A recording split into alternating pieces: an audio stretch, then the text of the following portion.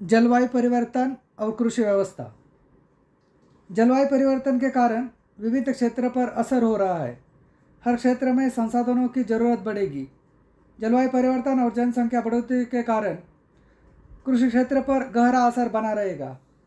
पेड़ पौधे फसल अपने आप का संरक्षण भी करते हैं। संरक्षण और विकास के लिए उनको सहायता करते हैं पंछी, मित्र कीटक, मित्र सूक्ष्मजीव और पौधों की अंतर्गत सुरक्षा व्यवस्था।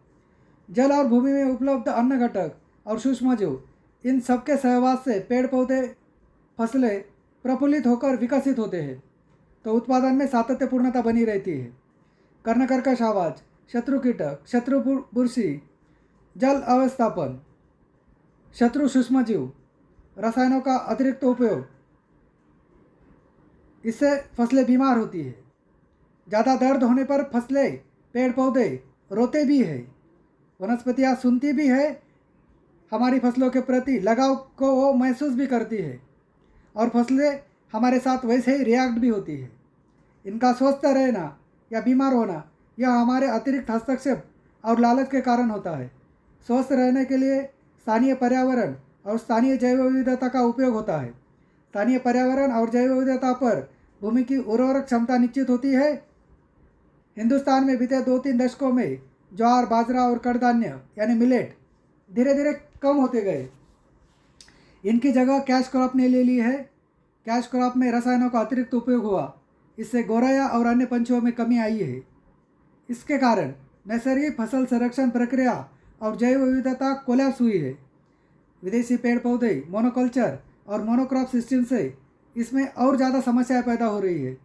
ज्वार, बाजरा के क्षेत्र में कमी के कारण पशुओं के चारा में भी कमी आई है। इससे देसी गाय भैंस की संख्या में भी कमी आई। साथ में क्लाइमेट चेंज के कारण बारिश का पैटर्न बदला है। कई जगह मौसमी बारिश में ज़्यादा दिन का खंड होता है, कहीं कहीं बहुत बारिश होती है, कहीं कहीं बेमौसम बारिश और ओलावृष्टि होती है। भूमि की ऊपरी सतह की मिट्टी बह ले जाने की घटनाएं बढ़ेगी। इससे सेंद्रीय कर में कमी आती रहेगी, क्योंकि भूमि की ऊपरी सतह की सुपीक मिट्टी नदी के माध्यम से तालाब और बांधों में जमा होगी, तो तालाब और बांध उथले होकर भूमि के अंदर पानी पहुंचाने वाली केशवाहिनियाँ चौकअप होती रहेगी, तो बारिश का पानी भूमि के अंदर जाने की बजाय सीधा बहता रहेगा, क्योंकि स्थानीय पेड़ पौधों के कटाई से इसमें तेजी आई है। पृथ्वी पर प्रकृति ने संपूर्ण जीवमंडल के लिए स्थल, जल और वायु के रूप में एक विस्तृत आवरण निर्माण किया है। प्रकृति के स्थिर और निरंतर नियम है। ये स्थिर और निरंतर नियम जीवमंडल का पोषण और विकास करते हैं। पृथ्वी पर इंसान का जन्म हुआ और जब से इंसानी उत्क्रांति शुरू हुई, तब से इंसान निरंतर प्रकृति के नियमों के विरुद्ध कर्म कर रहा है। परिणाम स्वरूप आज हमारे पृथ्वी के प्राकृतिक पर्यावरण को वायु प्रदूषण, जल प्रदूषण और भूमि प्रदूषण जैसी अनेक समस्याओं से जूझना पड़ रहा है। आखिर क्यों? इस पृथ्वी पर प्रकृति ने सजीवों को निर्माण किया है। पिछले 13 अरब साल पुराना ब्रह्मांड, जो आगे भी खरबों सालों तक मौजूद रहेगा, इसमें हमें केवल 70 से 100 साल तक जिएंगे, या हमारा जीवन केवल 70 से 100 साल तक है। यह हमारा जीवन इतना ही है। ये बहुत सूक्ष्म है। सब सजीवों के साथ इंसान के जीवन का क्या मकसद है? इंसान का जीवन पृथ्वी पर केवल पिछले 3 लाख सालों से फल फूल रहा है। इन 3 लाख सालों में हमारे पूर्वजों ने कई अलग अलग मान्यताओं के साथ जीवन जिया है। यह मान्यताएं थी धार्मिक, तार्किक और प्राकृतिक। इन मान्यताओं ने हमारे पूर्वजों के जीवन को अर्थ दिया, लेकिन 3 लाख सालों में जो हुआ नहीं, वह हम इंसानों ने पिछले 100 सालों में पृथ्वी की प्राकृतिक रचना बदल कर अतार्किक और अप्राकृतिक जीवन को जीने का जद्दोजहद की। इंसान ने इन एक बात समझनी चाहिए, यदि प्रकृति हमें निर्माण कर सकती है तो हमें मिटा भी सकती है। पृथ्वी पर जीवन है, यह प्रकृति का कोई मकसद है, क्योंकि यह संपूर्ण ब्रह्मांड चेतनामयी है। गॉड पार्टिकल की खोज ने ब्रह्मांड में चेतना की मौजूदगी को उजागर किया है। इस चेतना के द्वारा ही ब्रह्मांड हर जीव के कार्यों को देखता है। प्रकृति ने इंसान को पृथ्वी का सबसे बुद्धिमान प्राणी बनाया, ताकि इंसान पृथ्वी के प्राकृतिक रचना में सहयोग दे। लेकिन इस स्वर्ग जैसी पृथ्वी को पिछले कुछ वर्षों में इंसान ने स्वर्ग जैसा रखा ही नहीं। पृथ्वी के जन्म से आज तक पृथ्वी पर जीवन अनेक रूपों में विकसित हुआ है, जो प्रकृति के सहायक है। केवल बुद्धिमान इंसान इसके विपरीत काम कर रहा है। इससे समूचे पृथ्वी पर जलवायु परिवर्तन हो रहा है।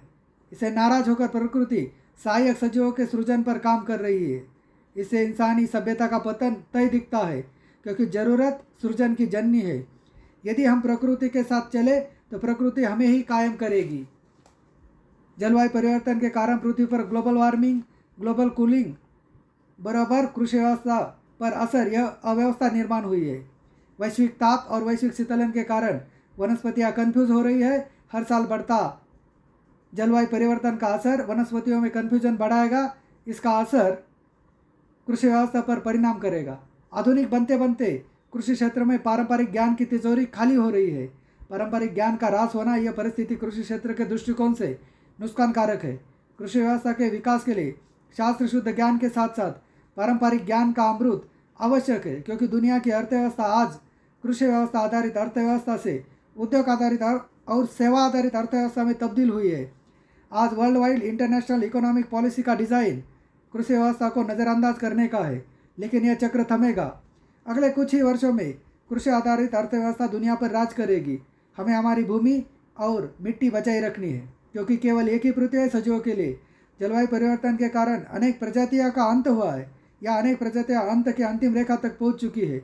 इसका कारण है इंसानी अतिरिक्त हस्तक्षेप और लालच। जलवायु परिवर्तन का अगला शिकार अब खुद इंसान ही है। इसमें बदलाव चाहते हो तो इकोसिस्टम रिस्टोरेशन में हाथ बढ़ाओ। इकोसिस्टम रिस्टोरेशन के अलावा हमारे पास पर्याय उपलब्ध नहीं है। अब गर्मी, सर्दी, सूखा, तूफान, बारिश, ओलावृष्टि, बाढ़, कोहरा और रेगिस्तान सब हाथ छोड़ देंगे तो नज़दीक के भविष्य में कृषि व्यवस्था ही होगी जिस पर इंसान और इंसानियत बचाने का जिम्मा होगा। इसके लिए पृथ्वी पर आज अरबों स्थानीय पेड़ पौधों का विकास जरूरी है। कृषि के उत्पादित कृषि उत्पादनों के बाबत हमारा उद्दिष्ट मध्यम खर्च, मध्यम नुकसान और मध्यम लेकिन सातत्यपूर्ण उत्पादन यह होना चाहिए। तब उत्पादित कृषि उत्पादनों को सही दाम मिलेगा। जल व्यवस्थापन का अव्यवस्थापन ही सभी बीमारियों की निर्मित का माध्यम है। इसे व्यवस्थित करें। कृषि और कृषक के उत्कृष्ट जीवन के लिए मिट्टी परीक्षण, पानी परीक्षण, पौधोत्तक परीक्षण अहवाल अनुसार जैविक, सेंद्रीय और रासायनिक पद्धतियों का संतुलित मात्रा में प्रयोग ही कृषि कृषक के वर्तमान और भविष्य को बचाएगा। कृषि कृषक सुखी भवन्तु। यह सोमनाथ गांगुर्डे द्वारा लिखित जलवायु परिवर्तन और कृषि व्यवस्था इस किताब से साबार लिया है। Thank you.